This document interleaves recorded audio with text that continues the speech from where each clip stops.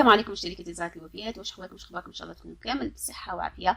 اليوم طليت عليكم بفيديو لمشروع مصغر بفكره رهيبه عجيبه، متاكده 100% انها راح تعجبكم. فقط بهاد الخمارات تاع فامين هادو، انا صراحه شريتهم فقط 15000 للواحد. الخمارات هادو راح تخدموا بهم ان شاء الله واحد التوربون او بوني، يعني بطريقه سهله بزاف وراح تستفادوا منه بزاف. راح نعطيكم ايضا سعر البيع ونقول لكم الخمار قداش راح يخرج لكم من بوني تاع شعر للمحجبات ان شاء الله راح ينال اعجابكم. اللي مبتدئه اول مره تخيط راح تخيطها في ربشه عين، تقدروا تخيطوها بماكينه الخياطه، واللي ما عندهاش تقدر تخيط روحها ايضا بالابره والخيط، يعني طريقه سهله مبسطه. اذا راح نبدو معنا الخمار تاعنا كما راكم تشوفوا امامكم، نفتحوه بهذه الطريقه ونحاول اني نطويه على ثلاثه، نطوه على ثلاثه البنات بهذا الشكل. يعني الطول تاعو هذا يكون على ثلاثه، يجوا يعني قطع مربعه بالطول كالعرض تاعهم كما راكم تشوفوا امامكم. انا طويت على ثلاثه، راح تحصلوا على 3 قطع بهذا الشكل البنات. راح نقول لكم يعني قداش راح يخرج لكم من بوني هذا بهذا الشكل. راح نقطعوا الان، نقصوا يعني الجهه هذه المثنيه منها، راح نقصوا من هي، يعني نحتاجوا قطعه تكون مثنيه من الاسفل، يعني بهذه الطريقه. هذه اللي الجهه اللي تكون مثنيه منها راح نقصوا نخلوا طرف على جهه بهذه الطريقه. هذه الطريقه هذه تاع القص يعني ركزوا عليها حتى يعني نتوما تاني تقصوا بهذا الشكل. راح يخرج لنا ان شاء الله 3 تاع ريبوني البنات. يعني هذه القطعه اللي مثنيه على 2 تعطينا زوج، وهذه القطعه راح نطوها وتعطينا 1، يعني راح تخرج لنا كامل الخمار 3 تاع ريبوني البنات. بهذه الطريقه نزيدو نثنوها على 4، ودائما ديك الجهه المطويه من الاسفل نخلوها، ونقسم في الوسط نخلو هذيك الجهه المطويه نحتاجو انه الخمار تاعنا او البوني تاعنا يكون مطوي من الجهه يعني واحده. الان نطوي على زوج بهذه الطريقه، نطوي على 4 2 2 نفصلوهم بهذا الشكل البنات. يعني خمار راح يكفيكم في الطول وفي العرض. انا يعني حتى استخدمته وحتى سيته يعني في قماش اخر عاد خدمته لكم في الخمار هذا باش يجيكم سوسو. راح تحصلوا على هذه القطعتين يجوا مثنيين من الاسفل، والقطعه هذه ايضا نحتاجوها تكون مثنيه من الاسفل. راح تشوفوا من بعد، يعني نقول لكم يعني راح تزيدوا تقصوها من الجانب من وتخيطوها من الجانب اللي السفلي هذاك باش تفصلوا نفس الفصاله اللي راح نفصلوها مع بعض البنات. شوفوا معايا واحد الفصاله سهله يعني اكيد يعني راح تدهشكم السهوله تاعها البنات. يعني فكره كما قلت لكم روعه. اذا بهذه الطريقه انا ندي الجهه اللي منها يعني اللي فيها عفوا قبل ندي العرض، نعطيكم العرض تاعو فيه 27 والطول تاعو راه فيه 52 قطعه. هذه البنات اللي يبغوا يفصلوا يعني في القماش، يكون عندهم قطعه تاع قماش ولا يبغوا يفصلوا او قطعه اخرى.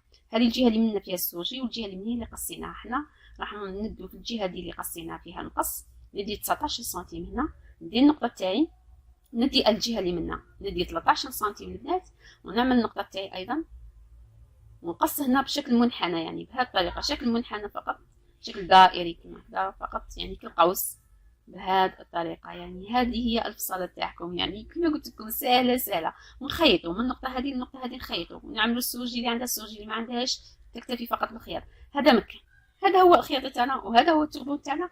وبالتالي هنا انا خيطته، والجهه السفليه كما تشوفوا يعني هي مقفوله، يجي مقفول من الجانبين الفوقاني والتحتاني بهذه الطريقه. الان راح نلبسها لكم ان شاء الله على الماكه حتى تشوفوا الطريقه تاع اللبسه تاعو كيفاش تجي. وقبل ما نلبس لكم هذه الجهه هذه الثانيه، القطعه الثانيه راح تفصلوها بنفس الطريقه لانها راهي مغلوقه من الاسفل، والقطعه هذيك الثالثه كما قلت لكم لانه طويناها بهذه الطريقه راح تقصوا الجانب منها وتغلقوها من الاسفل، وايضا تفصلوها بنفس الطريقه وتخيطوها فقط. يعني الان واش راح نديروا البنات، راح نوريكم كيفاش تلبسوه بطريقه سهله بزاف. كيما راه هكذا نجو الجهه هذه اللي منها مفتوحه يعني اللي قصيناها، والجهه المنحنيه هذه نحطوها من الامام البنات، تجي من الامام هذيك نلبسوا بهذه الطريقه، نديروها من الامام من الفوق. هذه يجي الخط تاع الخياطه يعني في الوسط الراس بهذه الطريقه. راه كلشي امامكم الفيديو يعني راه يشرح نفسه بلا ما نشرح لكم. ونجيبوا هذوك الاجنحه كيما راهم هكذا نلوو يعني بهذه الطريقه ونخرجوا للخلف يعني بهذا الشكل. يعني طريقه سهله بزاف يعني ما تحتاج منكم اي مجهود وهذاك السوجي ماشي ضروري انكم يكون عندكم سوجي في القطعه تاعكم. الا كانت عندكم قطعه تاع قماش شوفوا يعني ما يبانش كامل، غادي يعني يدور معنا هذاك القماش وما يبانش كامل هذاك السوجي. هذا هو الشكل تاعو في اللبسه تاعو، يجي روعه روعه البنات كيما راكم تشوفوا امامكم. تبغوا تضيفوا له تزيين تقدروا تضيفوا له ايضا تزيين. والبنات يسقسوني الى القطيفه يعني تصلح ولا ما تصلحش، راني فصلت لكم في القطيفه يعني فقط باه تشوفوه كيفاش يجي وتشوفوا اسكو تصلح ولا ما تصلحش. على بالي راح تسقسوني.